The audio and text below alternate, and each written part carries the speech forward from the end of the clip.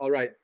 The third type of cloud computing is IaaS, which is what, well, the third type, sorry, examples include Google App Engine and Amazon Web Services.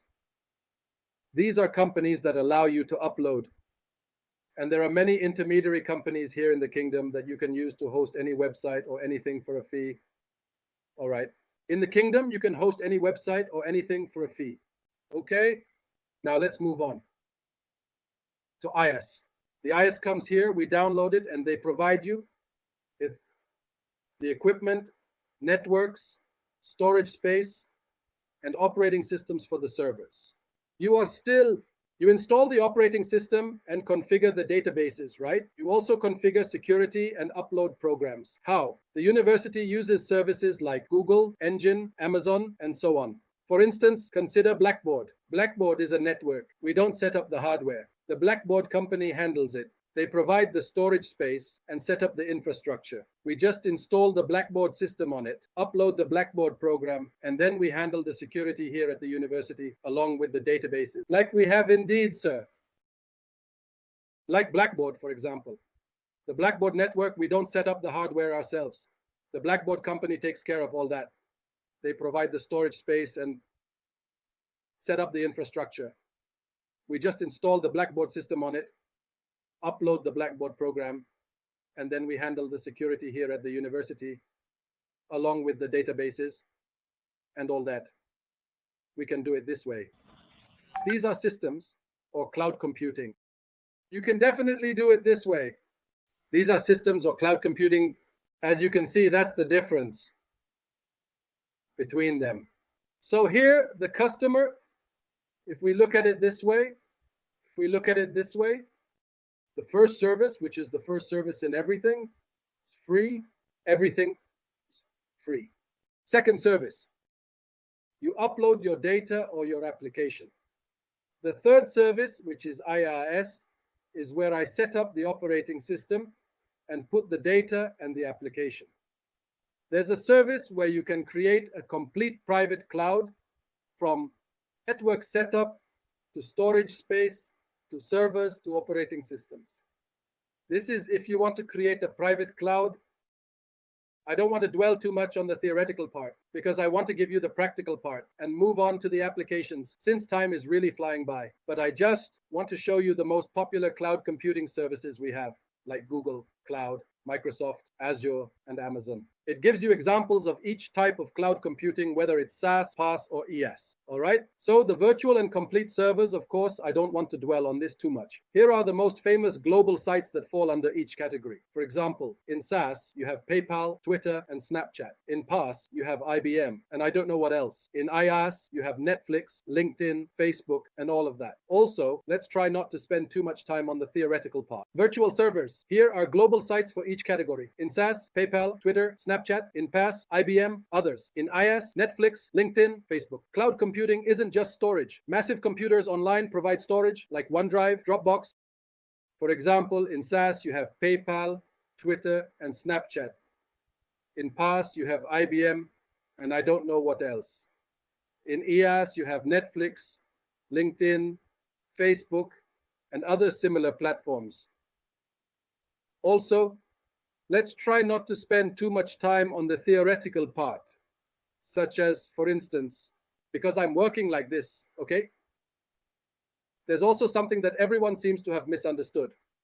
Cloud computing is not just cloud storage. Cloud storage is just a part of cloud computing. In cloud computing, I have massive computers connected to the internet that provide storage space like OneDrive, Dropbox, and all that. I can store data on them and access it from any device at any time. This is what is meant by cloud storage, which is large-scale storage. It means you have a big storage space with large hard drives that can store a lot of data.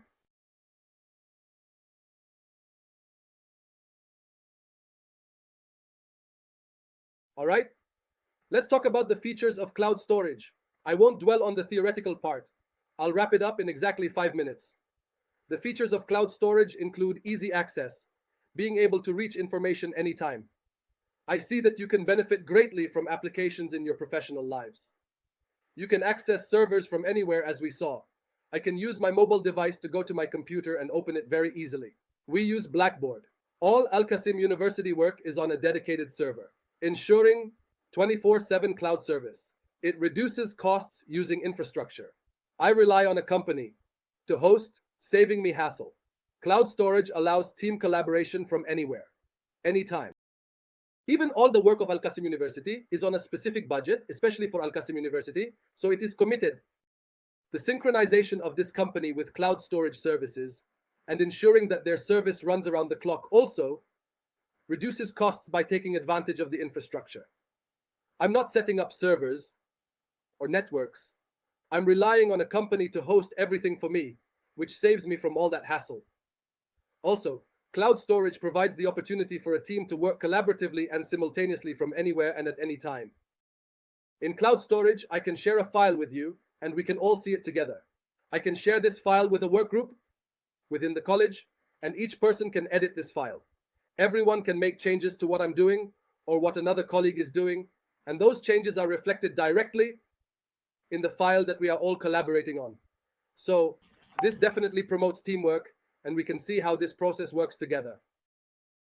Backing up your files is crucial for security. It's the most important thing. When I first came from Egypt with my computer, I thought it would be fine. Unfortunately, my laptop wasn't working well. It was a desktop back then. At the airport, my wife said, "You're just holding the computer and I'm carrying everything else. Just take care of your computer." I asked her what to do and she said, "Put it in the bag and carry it with you." I did, but at baggage claim, I saw parts of my computer coming separately. The bag was broken and my hard drive with all my past information was gone. That's when I realized the value of cloud computing. Since then, I understood its importance. My laptop wasn't working well. It was a desktop back then. At the airport, my wife said, "You're holding everything and I'm carrying the computer. Take care of it." I asked what to do and she said, "Put it in the bag." I did, but at baggage claim, I saw parts of my computer coming out. The bag was broken and my hard drive with years of information was gone. That's when I realized the value of cloud computing. Since then, I save everything important in the cloud. The university provides 1 terabyte of cloud storage, which is great for work. Information security is crucial. Having a cloud backup is essential. Cloud storage also keeps up with the latest development.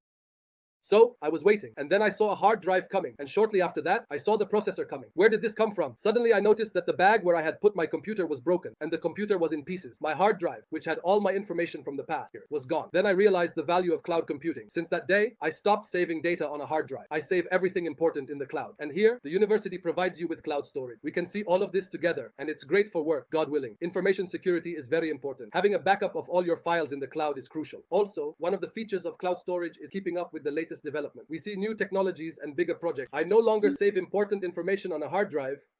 I save everything in the cloud. Here, the university provides you with 1 terabyte of cloud storage. We can see all of this together, and it's great for work, God willing. Information security is very important. Having a backup of all your files in the cloud is crucial. Also, one of the features of cloud storage is keeping up with the latest developments. We see new innovative technologies and bigger projects. The important thing is that there are many benefits to cloud computing in the educational process, including encouraging students to develop their creativity skills. We'll see how this works together. We'll take a look at applications that encourage students to be creative, competitive, and innovative. It's all about providing students with a wide range of learning resources through cloud computing while they work. We'll also explore this together. It helps build students' confidence in themselves and their self-reliance. Now let's activate the idea of 24-hour e-learning. Students can access any information on any device and interact with their teachers 24/7 through cloud computing.